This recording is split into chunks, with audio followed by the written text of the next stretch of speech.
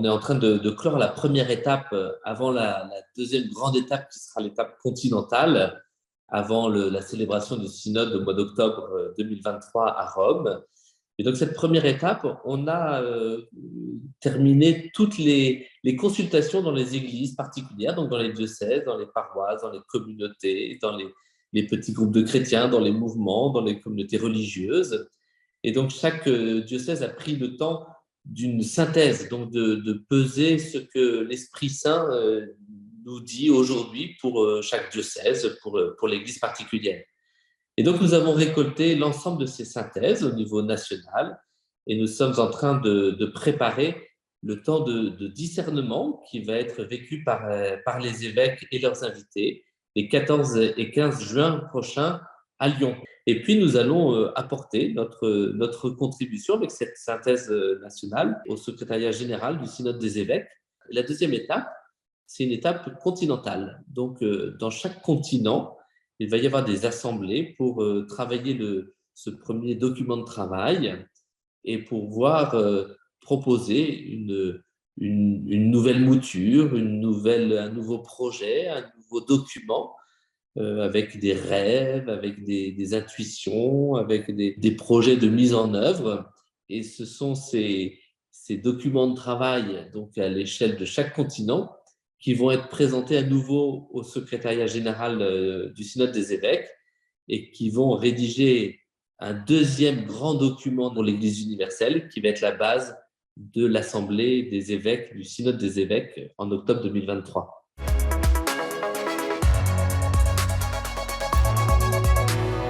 Alors, c'est difficile de parler de retour aujourd'hui parce que nous sommes dans un temps où à la fois nous collectons tout ce qui a été fait dans les diocèses et on prépare l'assemblée plénière à Lyon. Et c'est lors de cette assemblée plénière à Lyon qu'on va vraiment percevoir ce qui s'est vécu, ce qui s'est dit et ce qui se profile aujourd'hui.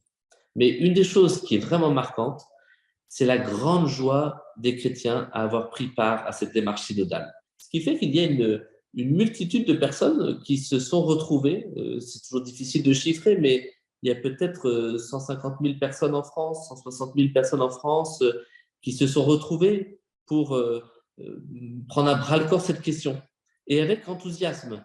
Il y a des attentes parfois très fortes, parfois exprimées avec joie, parfois avec souffrance, parfois en faisant écho d'expériences vécues dans un lieu, dans un autre lieu. C'est assez compliqué de dire qui a participé, mais ce qu'on peut remarquer, c'est que ça a impliqué beaucoup de monde et beaucoup de monde différent. Et finalement, de générations assez différentes. Vous avez même des groupes de jeunes, parfois des groupes d'enfants qui ont été constitués, qui ont été mis en place pour pouvoir réfléchir sur la vie de l'Église.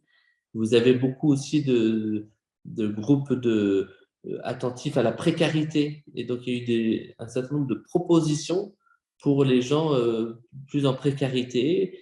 Il y a eu aussi des propositions pour les gens qui pouvaient se sentir à la marge et qui ont été vraiment sollicités et à qui on a proposé un chemin et un chemin adapté pour qu'ils puissent vraiment prendre leur place dans ce chemin. Donc, la participation, elle est assez vaste, en fait.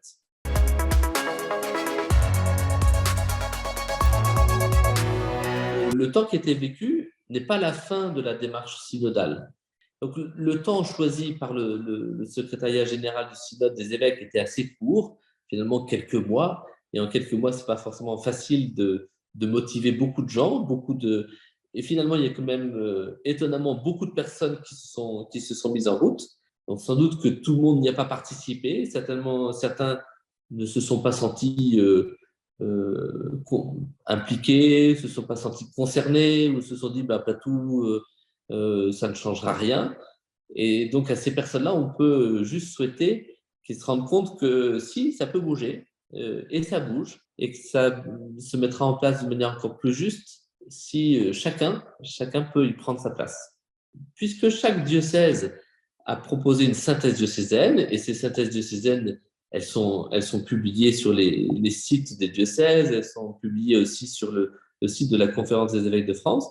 Et ces synthèses sont une invitation à vivre quelque chose maintenant, pas simplement dans ce qu'on veut apporter à Rome, mais ce que l'on a à vivre maintenant. Donc, il y a certainement des points qui peuvent stimuler l'un ou l'autre dans l'église où il est, dans la paroisse où il est, dans le groupe chrétien où il est, à vivre de manière plus synodale, pas simplement de loin ou pour les autres, mais localement et là où il est. Et puis, un des éléments essentiels aussi, c'est la prière. Chaque chrétien est invité à porter dans la prière ce qui se vit, à la porter dans la confiance, dans l'imploration, pour que chacun d'entre nous soit disponible à ce que Dieu attend de lui aujourd'hui.